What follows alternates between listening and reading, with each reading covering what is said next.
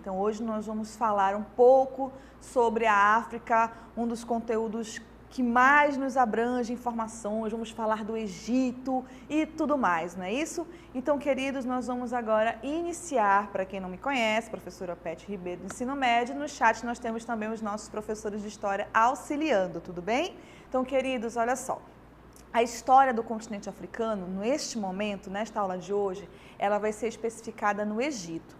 Toda vez que nós pensamos no Egito, nessa grandiosidade do Egito, nas pirâmides, nos faraós, nas grandes esculturas, nas grandes construções egípcias, isso nos desperta bastante curiosidade, não é isso? Então vamos primeiro trazer para vocês um conceito. Então olha só, a África Antiga, Império Egípcio, localização e história. Então o Egito, ele está situado no nordeste da África, território em grande parte desértico, como a gente costuma ver nos filmes, não é mesmo?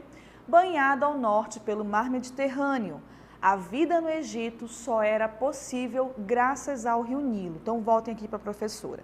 O Rio Nilo, ele é de extrema importância para o desenvolvimento da civilização egípcia. Que, como vocês devem lembrar, os primeiros grupos eles vão em procura de locais adequados para quê? Para a agricultura. Então, o Rio Nilo, que é um grande rio, extensão em volume de água, ele faz o mesmo processo que os nossos rios na região amazônica. Ele faz a enchente e a vazante. E isso traz nutrientes ao solo para essa plantação. Então, é por isso que essa localização favoreceu o desenvolvimento da civilização egípcia. Para facilitar a memória de vocês aí, visto que isso é uma revisão, vamos trazer um mapa, onde mostra propriamente aí, ó, esse em verde é o Rio Nilo, que corre basicamente aí uns 10 países do continente africano. Lá em cima vocês estão vendo que ele abre, nós chamamos essa parte de Delta do Nilo, ou Baixo Nilo, e o Alto Nilo ele fica mais ao meio aí do continente, tudo bem? A história egípcia ela é dividida em alguns períodos. O primeiro dele é o pré-dinástico, vamos lá? No período pré-dinástico, nós temos a existência, só um minutinho, já vai aparecer para vocês, dos nomos.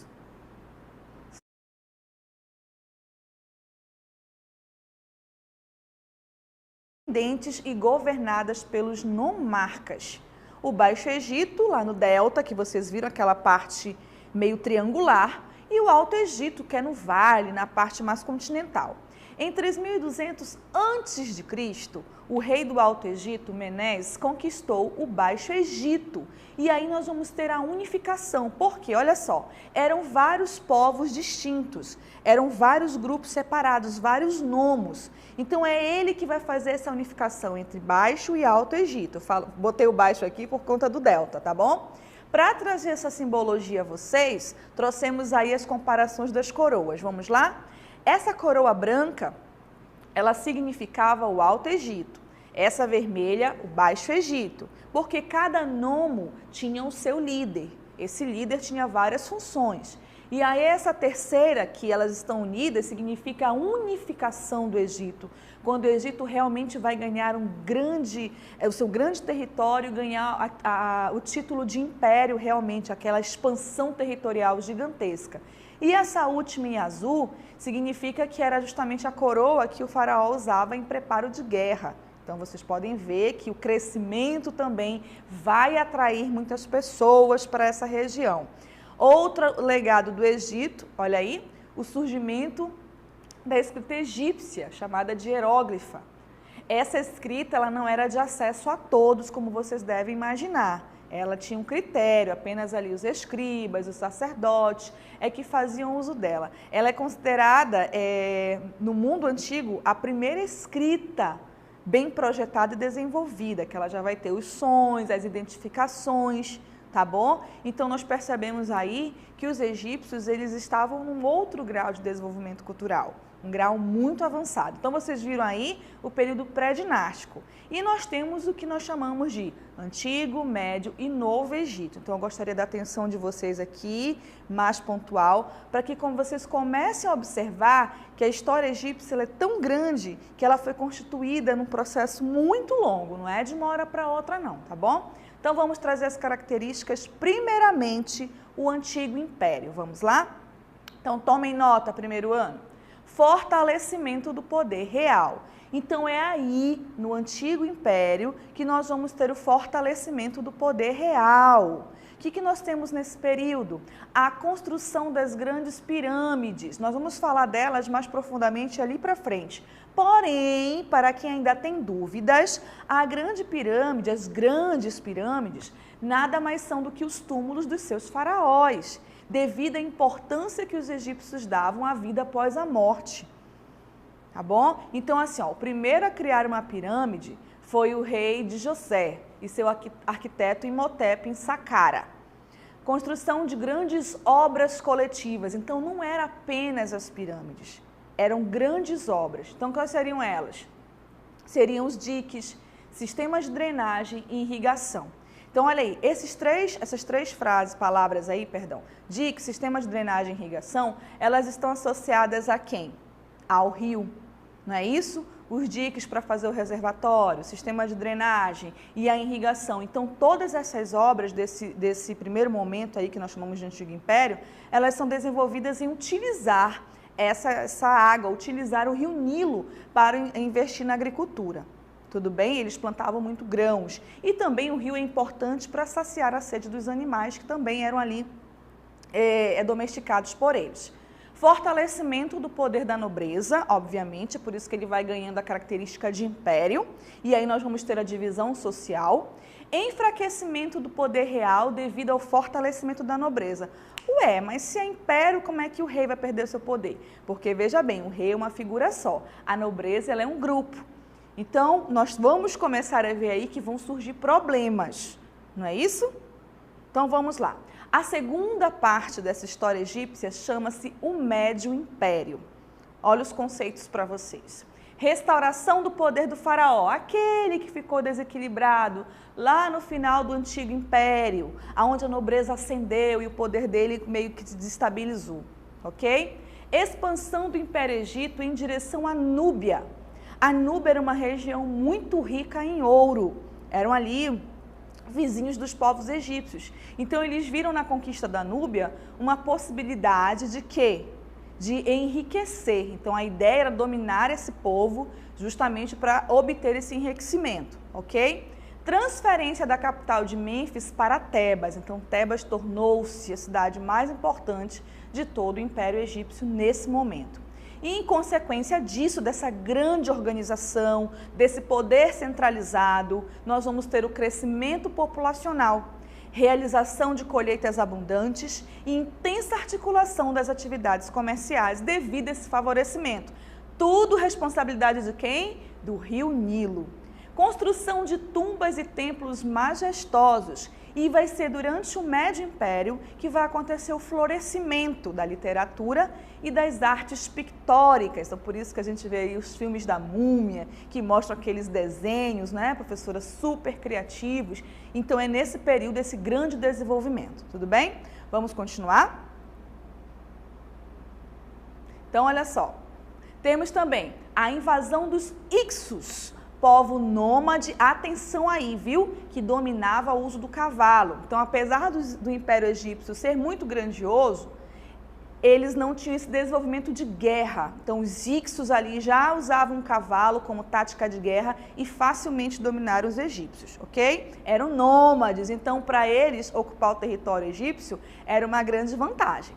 Os Hicsos fugiam de uma grande seca, olha aí, e buscavam terras férteis para cultivar. Quem nessa região? Os egípcios às margens do rio Nilo. Eram militarmente superiores aos egípcios, por isso conseguiram dominá-los. Os Hicsos permaneceram no Egito por 170 anos. E é justamente aí que vamos sair do Médio Império para o Novo Império.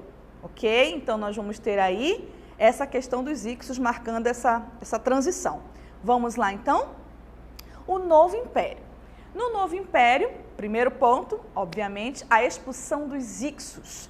Mas olha só, 170 anos que eles ficaram naquela região, deu, obviamente, para que os egípcios aprendessem muitas coisas. Então, fiquem ligados aí nesse ponto. Formação de um poderoso exército com cavalaria e carros de combate. Então, quer dizer, aquilo que poderia ter sido algo somente ruim, eles conseguiram converter. Então, o tempo que eles tiveram com os Hicsos, eles aprenderam sobre as táticas de guerra dos Hicsos. Então, isso é muito importante, porque a partir daí, o Egito vai ganhar uma outra importância nas táticas de guerra. Vai dar trabalho para muitos povos antigos aí, como a gente já sabe. Vamos voltar lá para a leitura?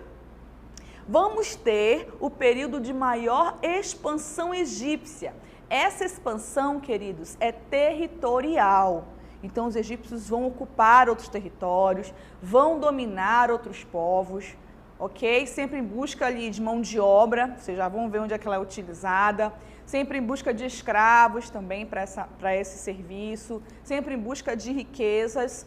Então, também nós vamos ter no Novo Império reforma religiosa de Amenófis IV, que é o Akenaton, que é aquele, vocês já viram em algum lugar, com uma cabeça mais acentuada, mais diferente.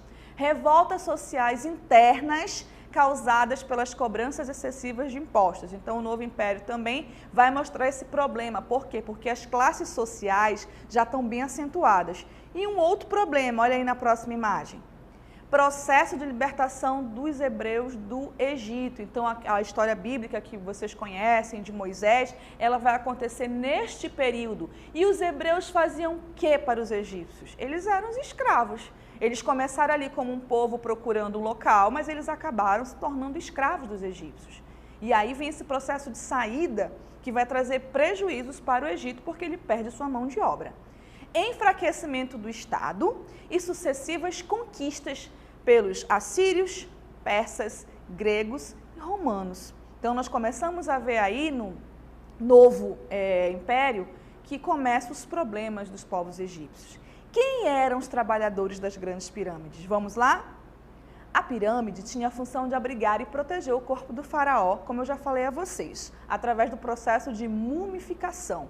E seus pertences. Então, como eles acreditavam na vida após a morte, as joias, os objetos pessoais e outros bens, eles também eram enterrados juntos. E isso vai fazer com que muitos túmulos, até hoje, gente, muitos túmulos, muitas pirâmides, elas são saqueadas. O Egito é um museu a céu aberto, propriamente. Quando vocês veem viram aqui aquela imagem, as 3 pirâmides, elas são bem próximas da cidade do Cairo, então recebem muitas visitações, isso vai facilitando. Para trazer aí para vocês uma ideia de que como são as coisas, trouxemos um vídeo para que vocês possam memorizar esse processo tão interessante de mumificação. Vamos lá? Entende-se por politeísmo a crença em vários deuses. Os egípcios, povos politeístas, acreditavam na vida eterna após a morte, em que o espírito do falecido voltava para tomar seu corpo. Para abrigar o cadáver, construíram as pirâmides. E para preservar o corpo, enquanto o espírito não retornava, inventaram a mumificação. Em consequência deste processo, os egípcios iniciaram os estudos da anatomia e descobriram várias substâncias químicas, na busca de substâncias para a preservação do corpo. Primeiramente, todas as vísceras do cadáver eram retiradas. Um corte era feito na altura do abdômen, de onde era retirado o coração, o fígado, o intestino, os rins, o estômago, a bexiga, o baço, etc. O coração era colocado em um recipiente à parte. O cérebro também era retirado. Aplicavam uma espécie de ácido, via nasal, que o derretia, facilitando sua extração. Em seguida, deixavam o corpo repousando em um vasilhame com água e sal, para desidratá-lo e matar as bactérias, durante 70 dias. Desidratado, o corpo era preenchido com serragem, ervas aromáticas, para evitar sua deterioração, e alguns textos sagrados. Depois de todas essas etapas, o corpo estava pronto para ser enfaixado. Ataduras de linho branco eram passadas ao redor do corpo, seguidas de uma cola especial. Após esse processo, o corpo era colocado em um sarcófago, espécie de caixão, e abrigado dentro de pirâmides, faraó, ou sepultado em mastabas, uma espécie de túmulo, nobres e sacerdotes. Viram aí? Então não era um processo muito fácil. E o que eu gostaria de chamar a atenção do primeiro ano é que é um processo que envolve química, que envolve biologia, que envolve um autoconhecimento muito profundo de vários estudos para chegar a esse processo. Prova disso é que as pirâmides até hoje, elas possuem ali, algumas delas possuem os seus corpos, e esses corpos são retirados para fazer investigações. O mais famoso, né, Tutancâmon. Gente, olha só, quanto maior a pirâmide, maior o poder e a glória de quem a ocupava. Então, por isso os faraós se preocupavam com a grandeza das construções. Com a mão de obra escrava, milhares, muitas vezes, elas eram construídas com blocos de pedra que chegavam a pesar até 2 toneladas para serem finalizadas. Demoravam muitas vezes mais de 20 anos. E até hoje nós temos muitas teorias que nós vamos trazer aí em 2 imagens para vocês, olha só, de como essas pirâmides eram construídas, não é verdade? Porque é algo muito magnífico, muito impressionante. Então temos aí a representação dos escravos, sempre a mão de obra escrava, né, gente? E aí, olha, uma outra ideia de como os blocos eram acoplados para a construção dessa grande pirâmide. Espero que vocês tenham gostado e agora nós vamos para a nossa DLI.